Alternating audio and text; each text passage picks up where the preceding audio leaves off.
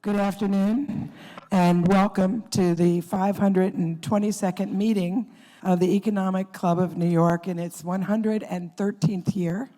I'm Barbara Van Allen, president of the club.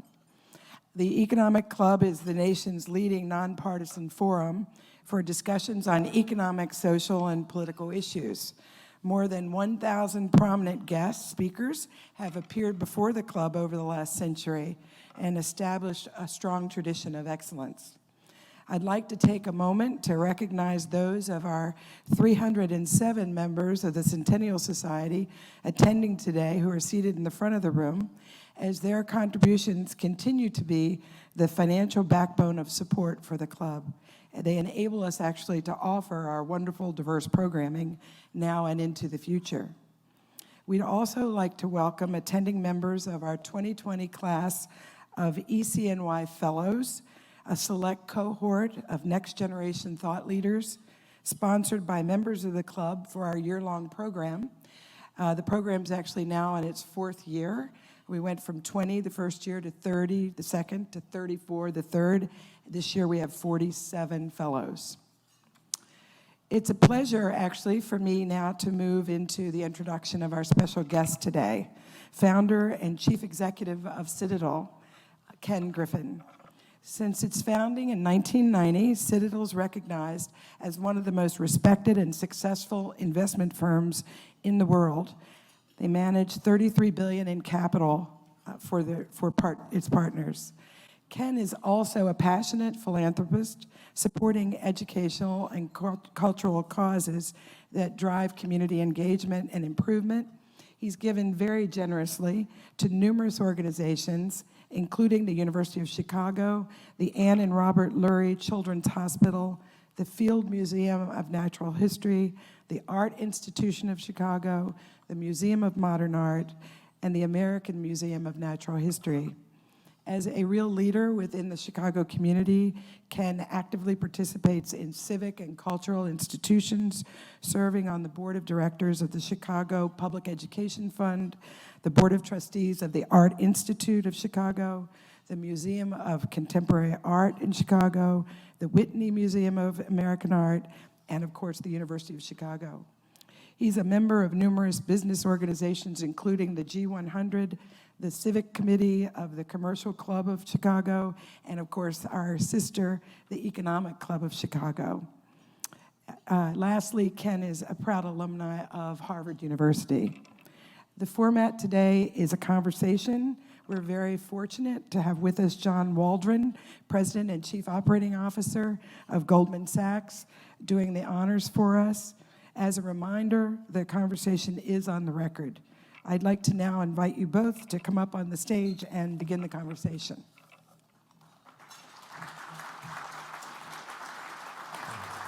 Thank you. Do you have a preference for side? Well, I'm here. I guess it says moderator. That's me.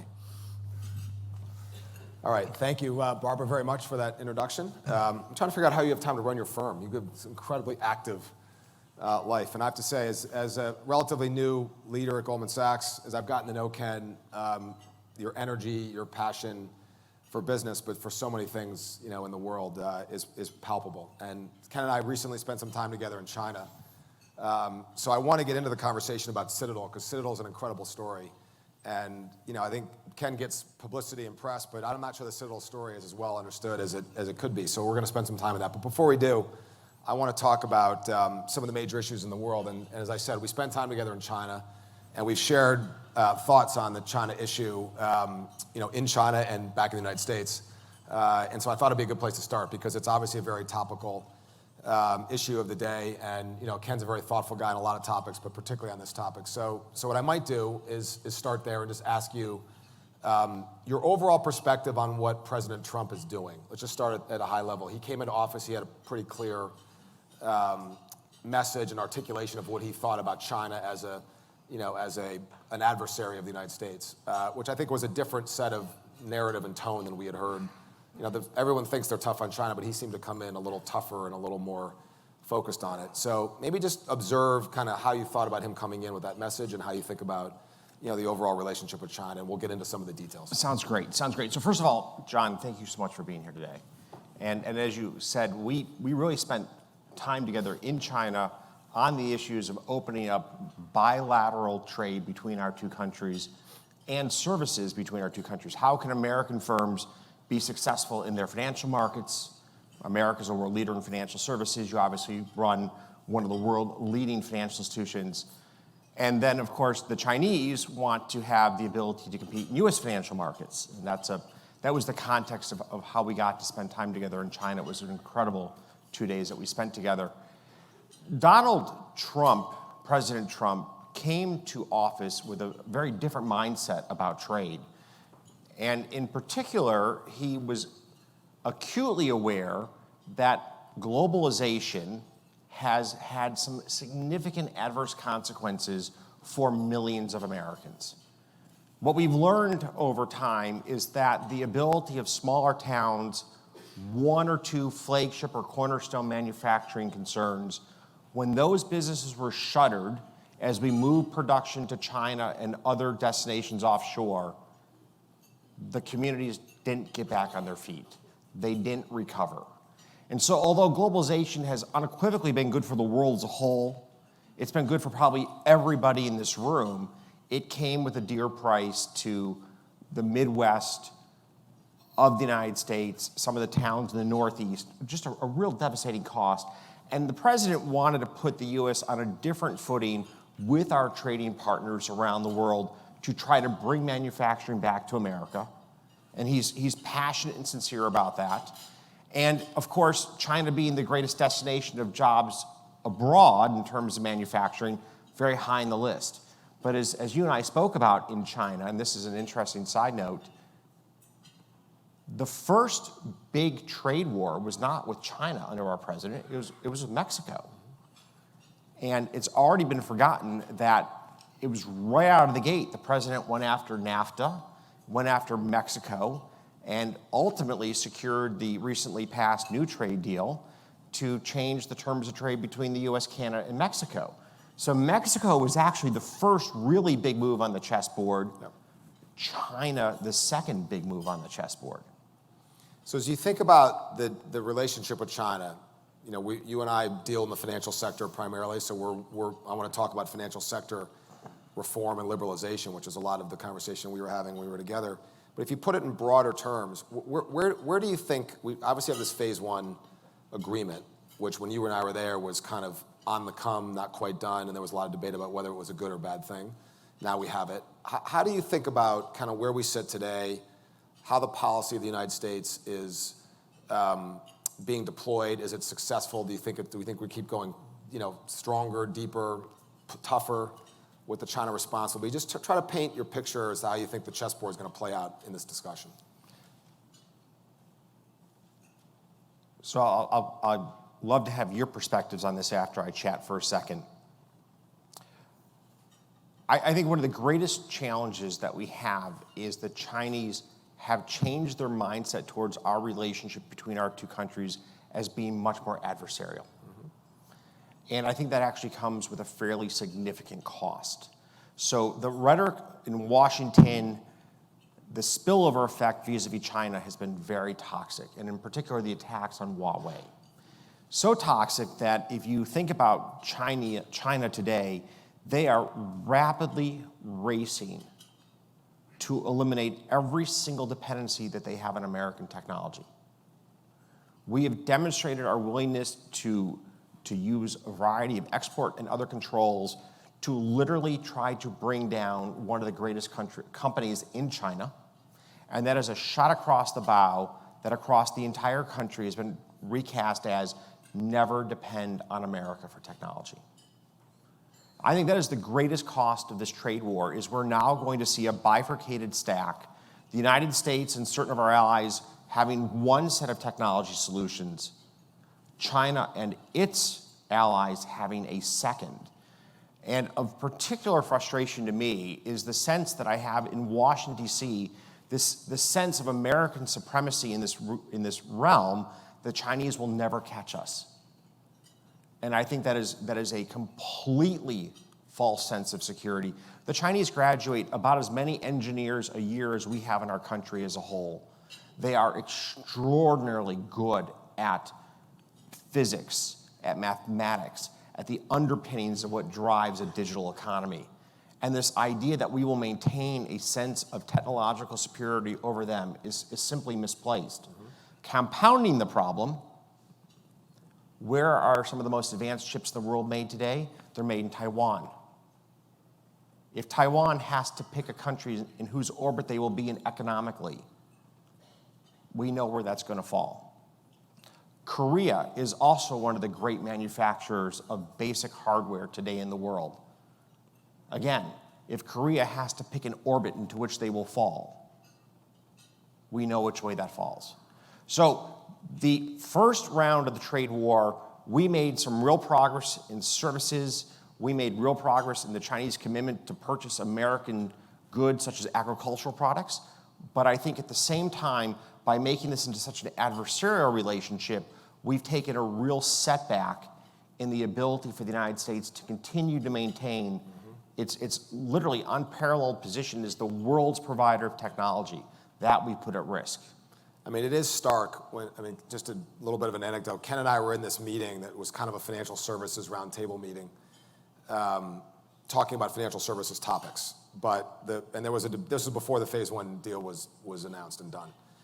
But when you listen to the Chinese side talk about their ambition and their perspective on what they were trying to achieve, which was much broader than financial services, I think the point Ken's trying to make, which I would echo, is the desire to control and dominate industries and not have any reliance really on the outside world, but particularly in the United States, is palpable when you're over there and you're meeting in these discussions. So I don't know how well, I think that might be pretty well understood in some of the American administration, but I don't know how well understood that is in the broader U.S. fabric. So I think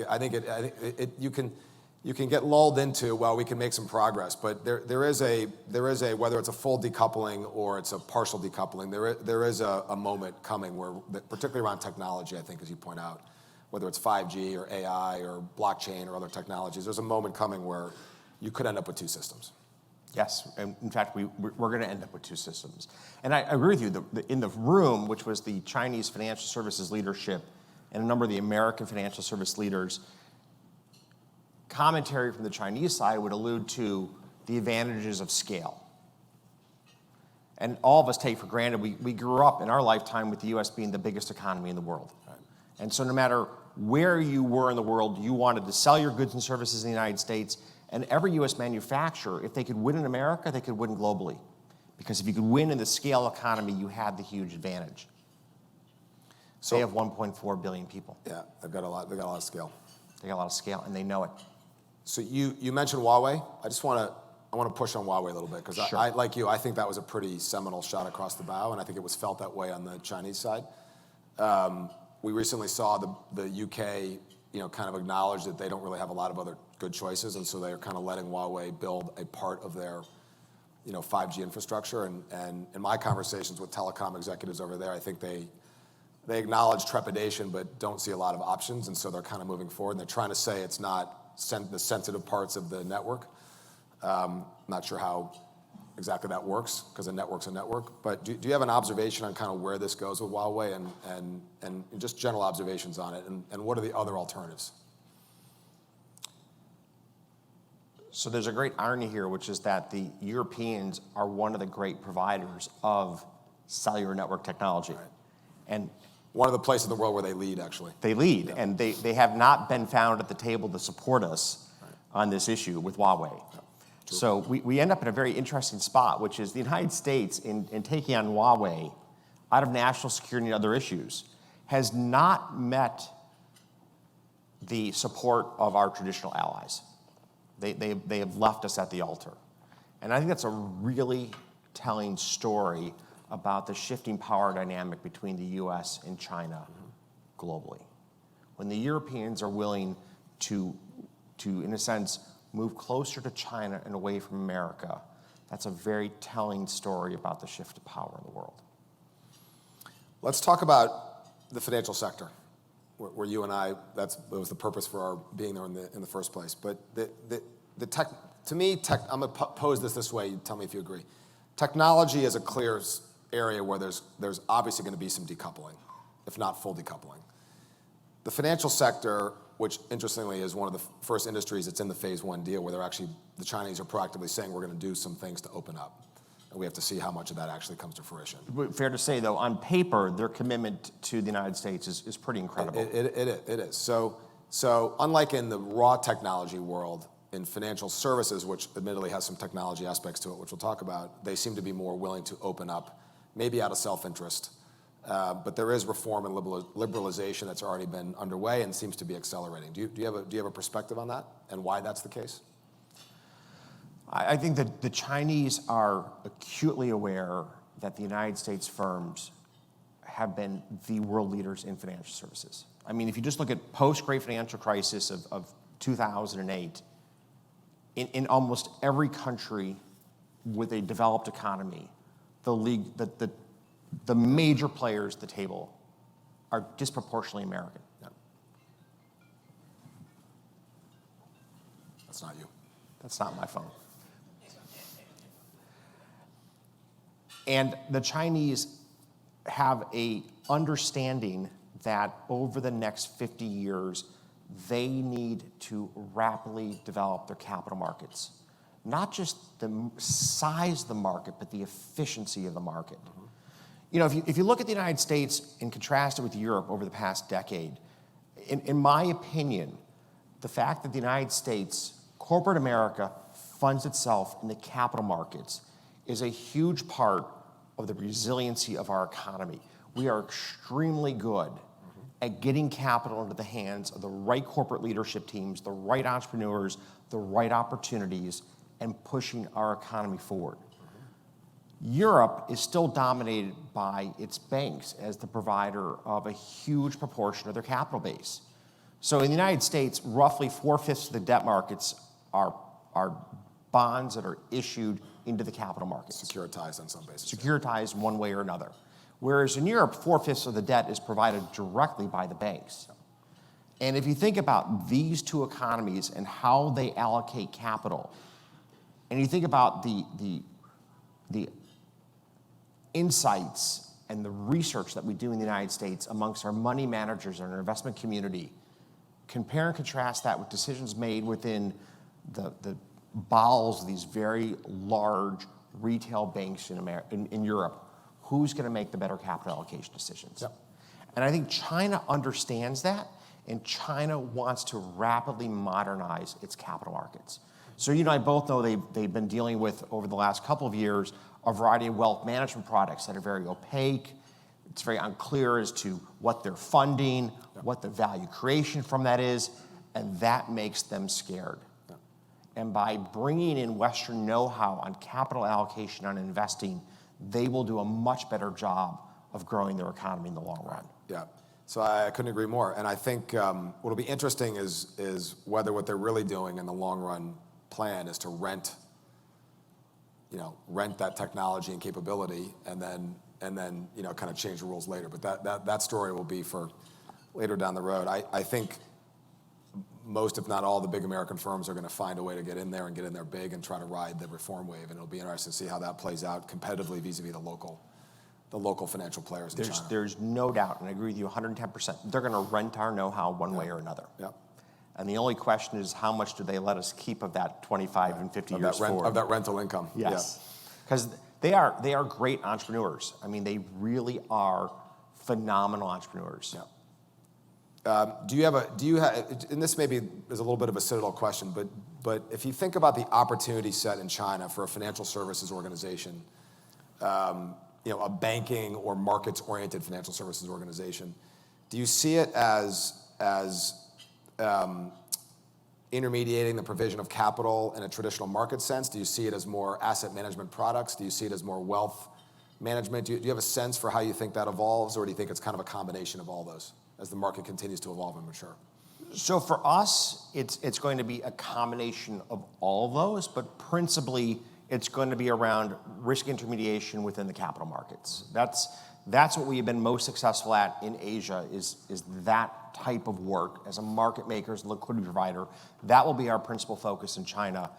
But there's no doubt that we're going to see all the major American wealth managers rapidly increase their scale in China as they open their markets to participation from firms like BlackRock in a much bigger way, Fidelity in a much bigger way. Yeah.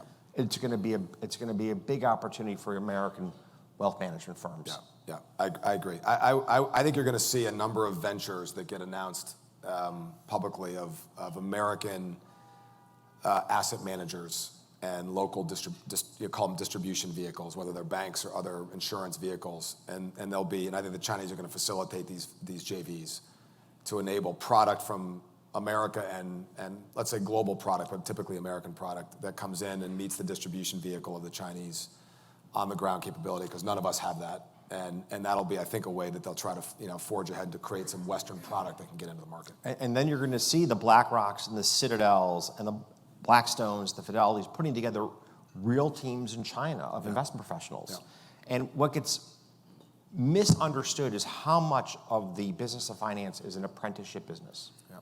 Mentorship is so important in terms of how we develop talent. The time that a portfolio manager spends teaching an analyst, the analyst spends teaching an associate. These are really important ways of learning. You don't learn how to be an investor at Harvard Business School. Yep.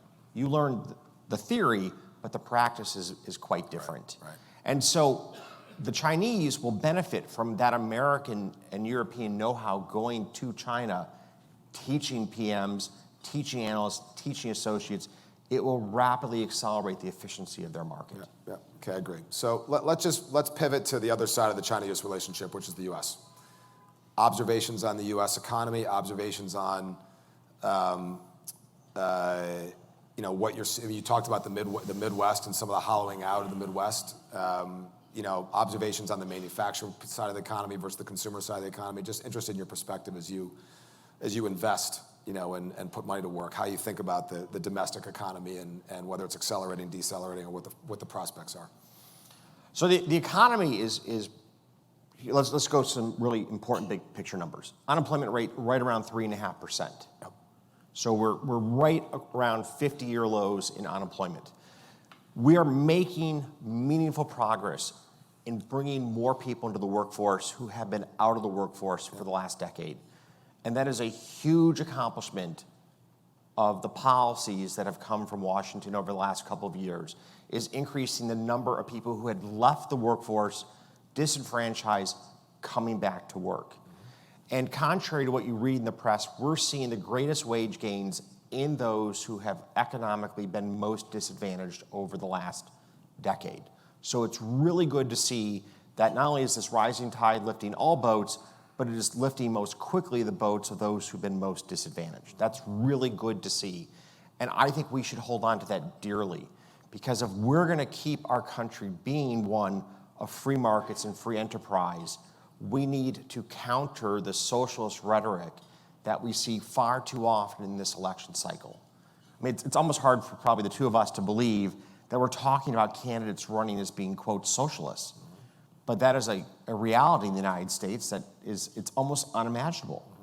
And so the policies that we're seeing today, which are bringing more people into the workforce, raising the standard of living for Americans, those are good policies. There are challenges that go with these policies. We have a set of tax policies that are probably not sustainable. We have too much debt at the federal level that we're going to need to address, frankly, in the relatively foreseeable future, given the growth in entitlements. Are you surprised, by the way, just think about we've only had the Democratic side of the debate so far. We haven't really had a Republican side of the debate vis-a-vis a real election, general election. But are you surprised that the debt and the balance sheet of the country is not really featured in the debates, featured in the narrative, featured in any of the discussion? It seems to be kind of not at all in the frame. So, I'll put this back to you. Goldman Sachs advises sovereign issuers around the world. Yeah. How much do people actually talk about the amount of debt they have outstanding today?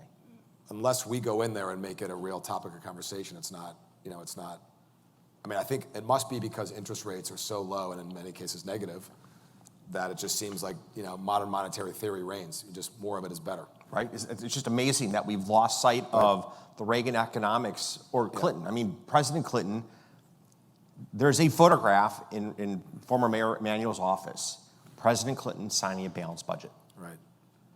Balanced budget. Like the United States actually had a balanced budget. Yeah. And we've lost this in just 20 or 30 some years now. Mm-hmm. So the amount of focus on the unsustainable amount of sovereign debt around the world is shocking to me. I think it rears its ugly head when Italy hits the wall. Greece wasn't big enough to really shake the foundations of the global economy. Italy's plenty big. Italy's plenty big. Yeah. Do you have a perspective on rate policy as you sit here and think about where we are today, given the underlying economic? I mean, you paint a pretty good picture in the U.S. I would agree with it. I mean, the unemployment picture is, by all accounts, pretty strong. We could debate how strong the underlying manufacturing part of the economy is right now, but it does seem to be getting a little stronger, in the last handful of weeks. But do you have a perspective on whether the Fed has it right, whether the rate policy is kind of in the right place given where we are? So, the Fed chairman has been in a no-win job for the last year and change, and I will tell you, kudos to the entire team at the Fed over the last, frankly, 12 years. They have gotten us through the great financial crisis. We can debate the merits of some of the policies ex post with perfect hindsight. Sure. They didn't have that when they made the decisions. All right. What the Fed is very focused on, shockingly focused on, inflation is not at target.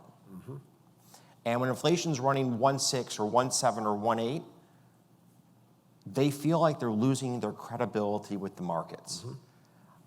I'm not sure who they're worried that they're having that issue with. I, as a large market participant, don't go like, wow, we hit 1.8 inflation, the Fed blew it.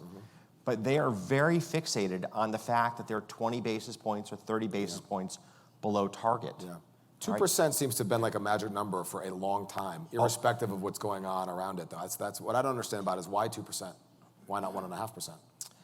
There's a whole bunch of theories as to why 2 is a healthy number. You don't want prices increasing so fast that you have the cost associated with that. 1.5 too close to deflation, I guess. Is that 1.5 is too close to deflation. Right. And the problem is, in a levered economy, deflation is infinitely more difficult than inflation to navigate through. Right? So in a levered economy where people have mortgages on their homes or companies have borrowed money secured by plant property and equipment, if those asset values fall, now the banks are unsecured lenders in part of their debt. If they go to foreclose, there's all the deadweight loss that goes with bankruptcy. There's a huge amount of costs that go with deflation in a levered economy. That's the asymmetric risk they're managing against. Yes, and that's a very different risk than we had in, for example, 1880. So the U.S. would have periods of inflation in the 1800s that were negative 5%. But life went on because there was no leverage in the system. A levered economy that doesn't work. Okay. Other macro risks, you mentioned sovereign debt, which around the tables of Goldman Sachs is the thing that we probably stress out, other than maybe cybersecurity that we stress out the most about. But other macro risks you think that are maybe less identified or less focused on in the marketplace? Well, the market, so without trying to go back to inflation too much, if there were inflation, the markets are utterly and completely unprepared for that. I'd agree with that. Okay? So if we just wake up tomorrow and inflation in Europe is 5%, Italy's bankrupt immediately, which would be, interestingly enough, hugely deflationary. Okay? And in the United States, there's absolutely no preparedness for an inflationary environment. The only reason I bring this up is we run a very large fixed income portfolio, and we pulled the Fed minutes 6 months before the first rate hike and other rate hike cycles. We pulled these years ago. That's sort of a story unto itself. They all read the same way. No signs of inflationary pressure. Right. And then 6 months later, a rate hike cycle starts because of inflation. Right. So the reason I share the story with you is it's very unclear what starts or what unleashes inflation, the genie from the bottle. And it's clear that even our most well-informed policymakers, and I do believe the Fed does phenomenally good research on economic policy, don't see it coming either. And don't know what to look for. They don't have. There's no KPIs to say, oh, here comes the inflation. Exactly. Right. That's exactly right. So I've been in your office. I've seen the risk room, the risk board. You guys are acutely. We think we're good risk managers. I mean, you guys are acutely focused on risk. Just what other factors that you're kind of looking at, around risk in the world that could change the dynamic we see in the markets today? Is it geopolitical? Is it? the geopolitical risk, that sort of momentary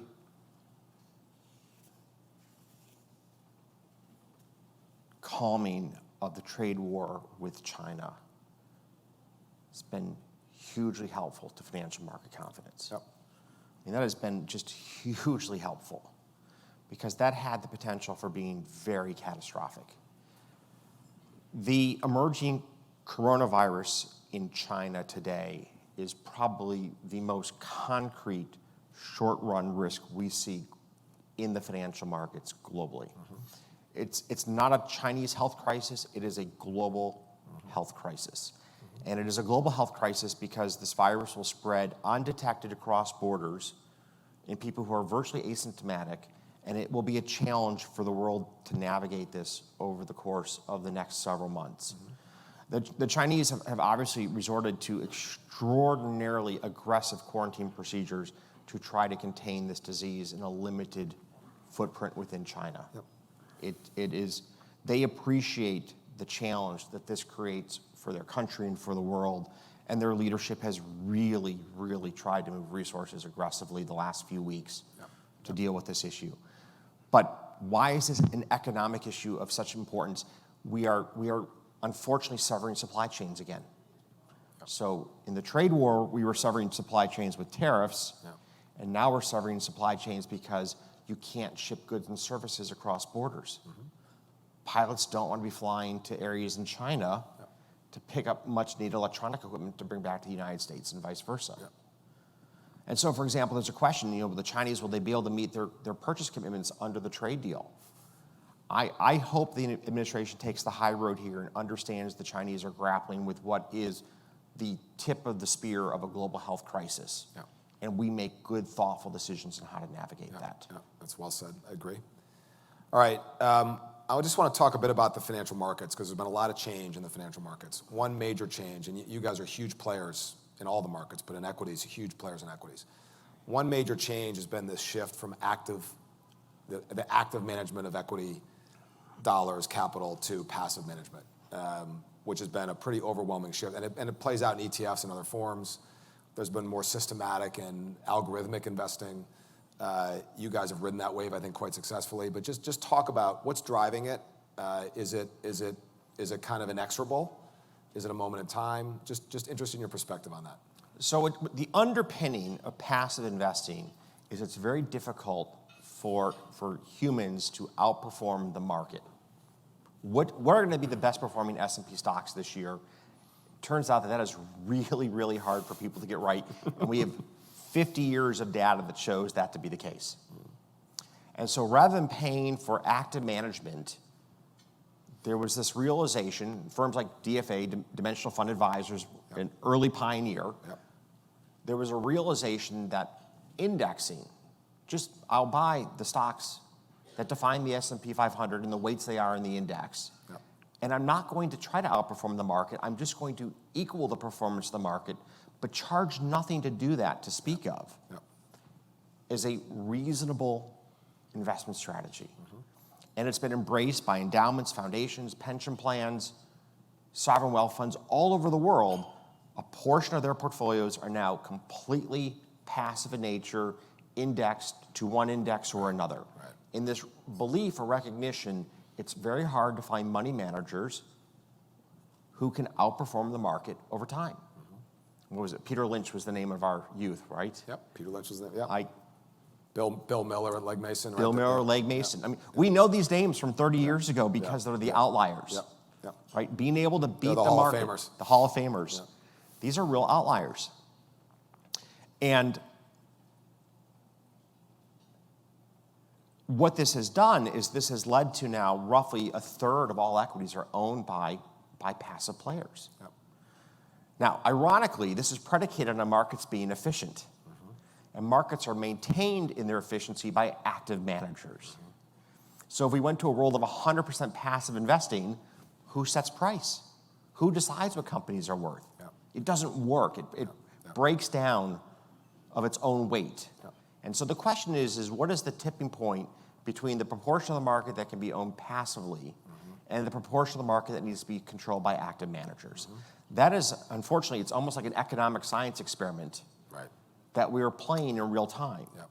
And I'm not saying this to say we shouldn't have passive. Like, that's not my point at all. No, I mean, it serves a purpose. Serves a good purpose. Yeah. Serves a great purpose. It's been incredibly successful. Kind of market exposure at very little price, very low cost. Yeah. Which has reduced the cost of all asset management, Yeah. right? Which is good for retirees. It's good for pension plans. It's good for everybody who depends on the capital markets in one form or another. Well, let me ask you another question on passive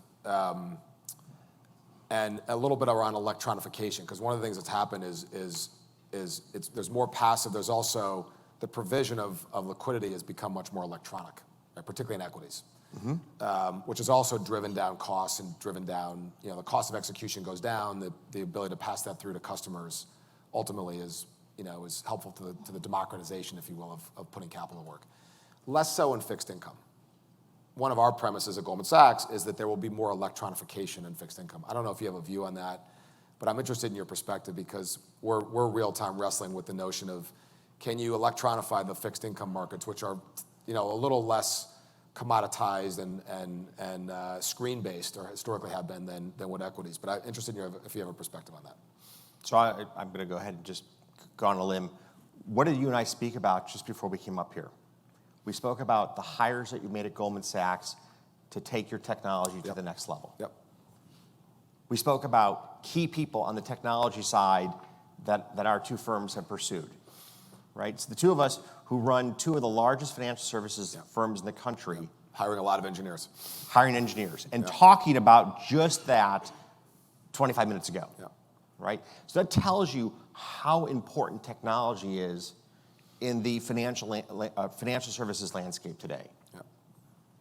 And I think both of our firms take great pride in the quality of the teams that we have. I agree. And our commitment to the modernization of financial markets. As you said, electronic markets, much lower cost to transact, much higher operational certainty, much better end user experience. A story that I share, back in the 1990s, we used to have spare phones, because people would call the New York Stock Exchange to get a trade done. There'd be the proverbial story as to why it wasn't done, and then they would promptly destroy their phone. We have no spare phones. We haven't had a spare phone in years. Right. No reason. There's no reason. There's no more moment where somebody's blood pressure goes to 180 because, there was the offer for 20,000 shares at 62. I'll pay 62. Oh, sorry, you're done on 100. 62 and a quarter for the balance. What do you want to do? Right. Those days are gone. They're gone. The good old days weren't so good. Right. All right. And our firm's been very much involved in the modernization of markets. And while the U.S. equity market today works extraordinarily well. Yep. All right. Will this happen in fixed income markets? It'll happen in products that are very homogeneous, like interest rate swaps, or trading the on-the-run treasury bond. In fact, almost the vast majority of your on-the-run treasuries already done. Yeah. Already done electronically. Yeah. If we look at the corporate credit market, because of tax and other considerations, you have a hugely heterogeneous market, even in a given issuer. So there's a bespoke indenture, there's slightly different covenants, there's different call terms, and so on and so forth. Because of that complexity, it's harder to apply some of the tools and techniques that we apply to other markets. Yep. But even here, this, Goldman Sachs is a leader in providing now portfolio bids in the fixed income markets. Yep. So I, as an end user, can call Goldman Sachs and trade 50 or 100 different QSIPs at a agreed upon spread to last trade with an incredibly high degree of efficiency. Right. So what will happen over time is the market fabric will change in a way that encourages more electronification because of the ensuing efficiency it creates. Yep, agreed. All right, I want to get to Citadel. Last question before we get to Citadel. The IPO market. You're a longtime observer and participant in the IPO market. We're obviously a longtime participant in the IPO market. Recent evolution around these direct listings gets a lot of press. There's only been a few of them done. We've been involved in them. You've been involved in them. We recently worked on Slack together, which is which is probably the most recent example. It's been a home run for everybody. So can you just give some observations on direct listings versus regular way IPOs? How persistent the theme is that? How should we think about it? So for a company that has a well-established brand, that has a broad shareholder base, that has a business that is profitable or nearing profitability, that does not need to raise capital. Yep. They're not trying to raise new money.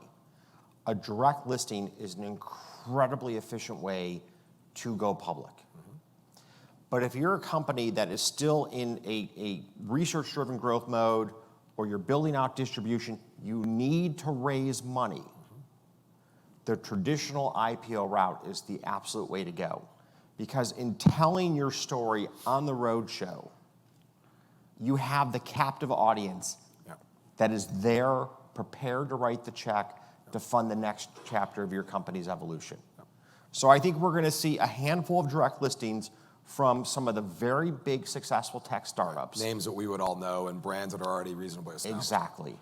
And then we're going to continue to see a significant majority of all the capital raised in the IPO market raised in the traditional channel where primary money is being raised to further the interests of the business. Yeah. Okay, I completely agree.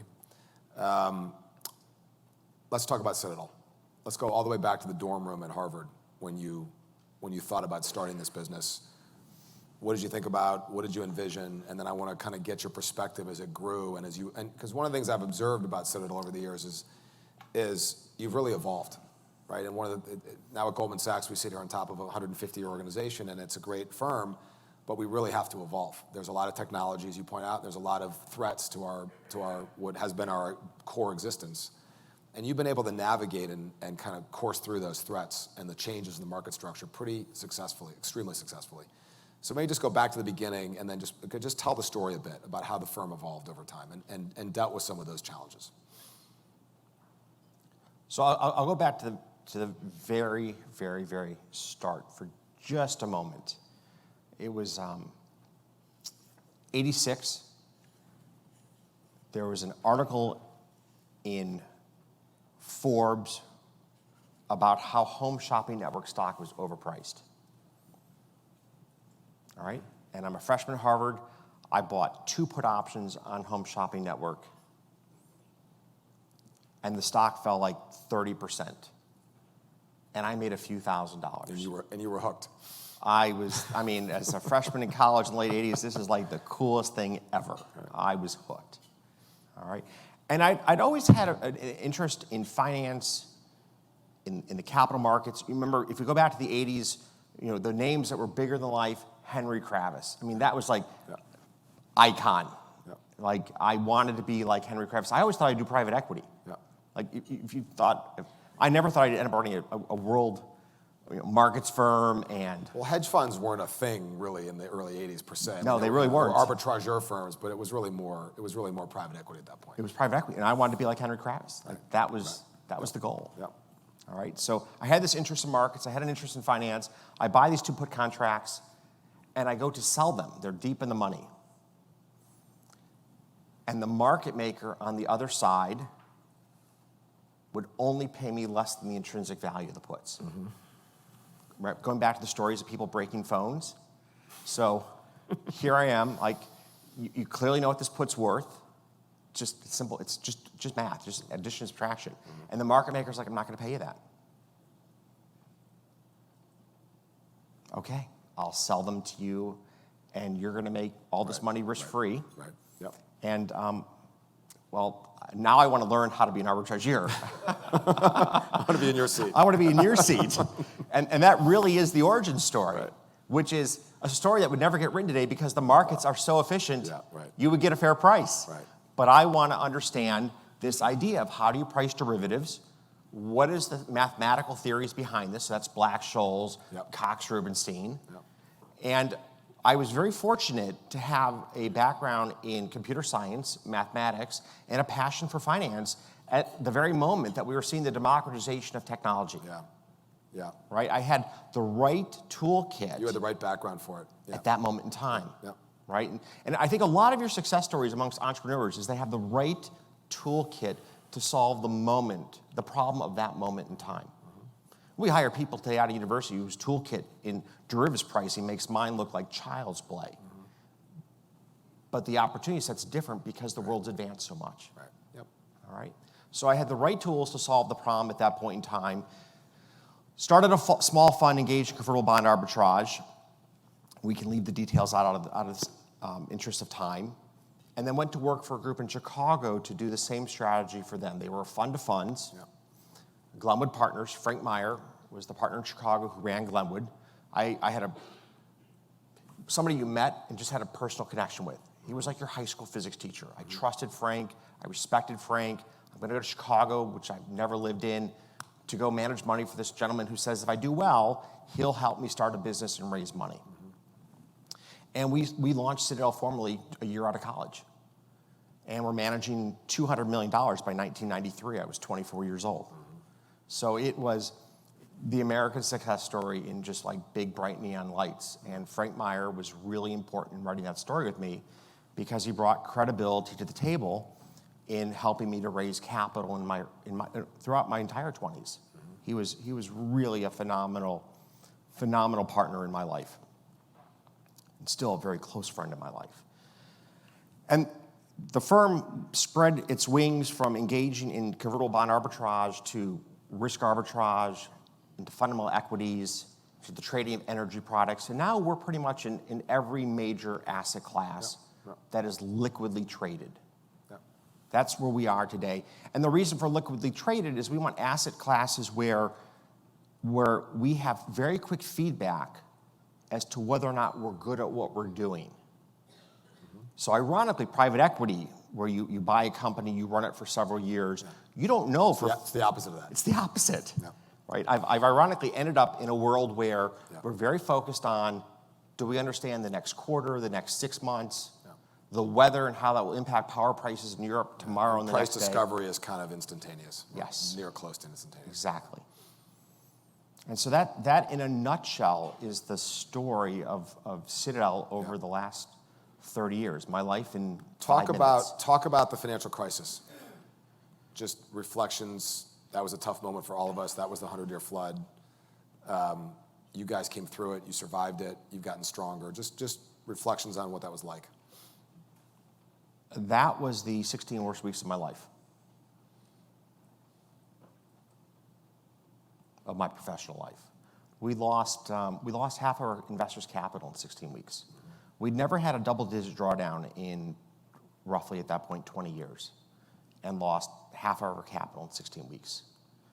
And I was often on the phone with Lloyd Blankfein, who was the CEO of Goldman at the time. And I've heard of him. Yeah, commiserating. And Lloyd would have these wonderful, uplifting statements. A forest fire burns till there's nothing left to burn. and you know, Lloyd has been a dear friend of mine for a long time. We're both committed to financial aid in a big way at Harvard. And he was a real source of strength and insight in this moment in time. And I give my team real credit for having made the decisions prior to the financial crisis as to how we funded our business. So we had stability in our balance sheet to weather the losses of a magnitude we never foresaw. And then my partners were good at making decisions on how to keep the balance sheet as liquid as possible in a moment where you and I both know the U.S. financial system was literally seizing up. You know you're having a bad day when a major European bank calls you to borrow money. Yep. That's not comforting. That's not comforting. I'm like, you're the bank. I'm the client. borrower. I'm the client. And that story is like not an exaggeration. Nope. Like, so it was a really dark moment. Now let's talk about moving past. And the CNBC used to have the van in front of our office in Chicago to get the bankruptcy footage. All right, so they wanted that image of me walking out with like my head down, like we just filed bankruptcy. I'm so happy I didn't know this at the time. Right. All my partners assumed I knew this, but I just kept going to work, my head down, we're gonna get through this. And we did, we got through 2008. Our capital providers were fantastic partners. The vast majority continued with us post '08. We had been sufficiently successful up through '08. One of our largest investors literally flew to Chicago and said, I just want you to know, even with '08 having happened, since 1994, you are the second highest rate of return we've had in our portfolio. And if you are committed, we are committed to you. Words like that mean so much in a moment like that. Good for them. All right, we simplified our business. We were, like many of the large investment banks, we had a much more levered business. We had much more leverage in the business. We were an investment grade issuer. We had a low cost of capital. We exited being in the storage business. So pre-08, if we thought an asset was cheap and it would create value to us over time, we'd buy it, we'd fund it, it'd all be fine. Yeah. Today, we're in the moving business. So unless we think there's a very clear reason as to why an asset we own is going to appreciate soon, that's just not where we're going to be.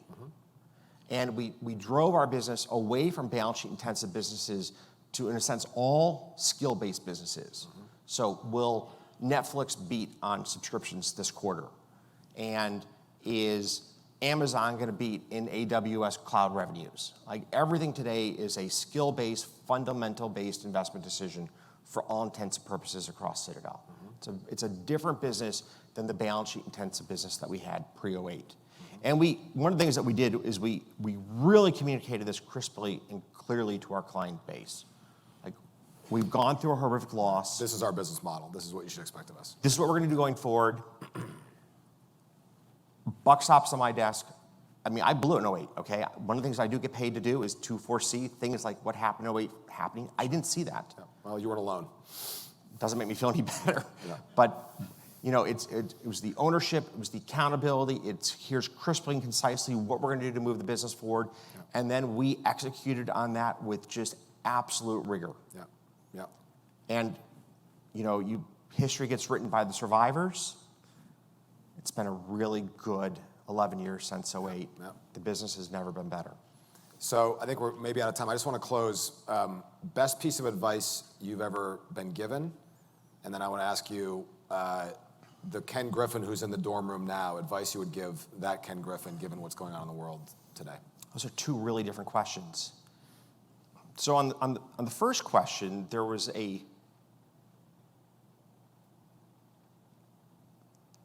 I'm going to give an answer that I give to all my partners, all right? Because I think it applies to day-to-day life. There was a gentleman named Reed Whittle who actually worked with the partners at Goldman Sachs, and I had the opportunity to work with him back in the 2000s. Spend your time with your strongest colleagues. Yep. When you make them 10 or 20% better, that can be game-changing. Has a real multiplier. Yeah. Real multiplier. Yeah. The human nature is you want to spend time with the person who's struggling. Yeah. Like, that's just how we're wired. Yeah. Culturally. Which is also what rises to your desk, where people say this person needs this or this person, as opposed to the people that are running really, really well. You don't need to spend time with them because they're doing their job properly. Exactly. Yeah. But you do need to spend time with them because if you can make a different strategic course, or drive more resources their way, or simply encourage their affiliation with you, like they want to be part of the team that you've built and they feel proud to be affiliated with you, much more powerful. Yeah. And then for the young person in college, so there's two very different groups of young people at college. There are those who really believe they know what they want to do in life, and they should find the career choice that puts them right at the epicenter of that decision as fast as possible. You only do live once, and the experiences that you have in your 20s, I think, lay the foundation for the rest of your life. Yep. I always say we forge our great talent. And that comes with the idea of pressure, of responsibility. But that's how you forge leaders. They don't happen because you work 9 to 5 and have a nice weekend. It's because you're working on really tough problems. The work you do is important to the future of the firm. You have to learn how to make decisions. You need to learn how to engage people around you. We forge our talent. And there's a bit of a movement away from that in corporate America today, which I find really worrisome, because where will our future leaders come from? You know, both of our firms have a great history now of producing individuals who can stand on their own 2 feet outside of our walls. Agreed. All right, that's what great firms drop the seeds Right. of future success stories. Yep. They still grow and prosper, but they're able to develop talent. And I know both of us, the firm that we modeled ourselves off of for to this day is the Goldman Sachs that you grew up with. On campus, incredibly effective at recruiting. The 2-year analyst program at Goldman Sachs was renowned for the experiences and the expectations and demands put on people. Yeah, a lot of forging going on there. A lot of forging. That's how you create. That's how you create leaders. Yeah. That's how you create the future of Goldman Sachs, the future of Citadel, the future of our country. If you don't know what you want to do yet, then still, like, make the best choice you can and get exposure to the hard problems in your early 20s. Because again, it gets back to that story of, in life, you set up so much of your career trajectory in those years. You don't have children. You don't have. Right. You can take risk. You Take risk. Yeah. Okay, I started Citadel. Frank Meyer, who hired me out of college. Ken, if it doesn't work, you can go back to business school. Right. Right. It's Okay. pretty soft landing, actually. That was my soft landing. Right. You have a soft landing out of college. All right. All right, so just absolutely go for it. Good. I think we're being given the hook. I think we're running out of We're time. done. Thank you very much. Appreciate John, it. thank you so much. Nice job. Nice job. Keep it nice. You got this one? This one? Thank you so much. Okay, thanks. Thank you, Ken, for joining us this afternoon and for your great insights. And John, many thanks for facilitating a great interview. Ken's packed and John a lot into their day. They're not able to stay for lunch, but we very much appreciate them being here. I want to just mention that we have some great events coming up, starting with a Luncheon Monday with Dr. Heath Tarbert, Chairman of the U.S. Commodities Futures Trading Commission, followed by, on February the 26th, Ambassador Silliman, who is the recent ambassador to Iraq and is president of the Arab Gulf States Institute in Washington. He's going to talk about the relationship with Iran and the Middle East, developments in the Middle East, and the impact on businesses that are operating there.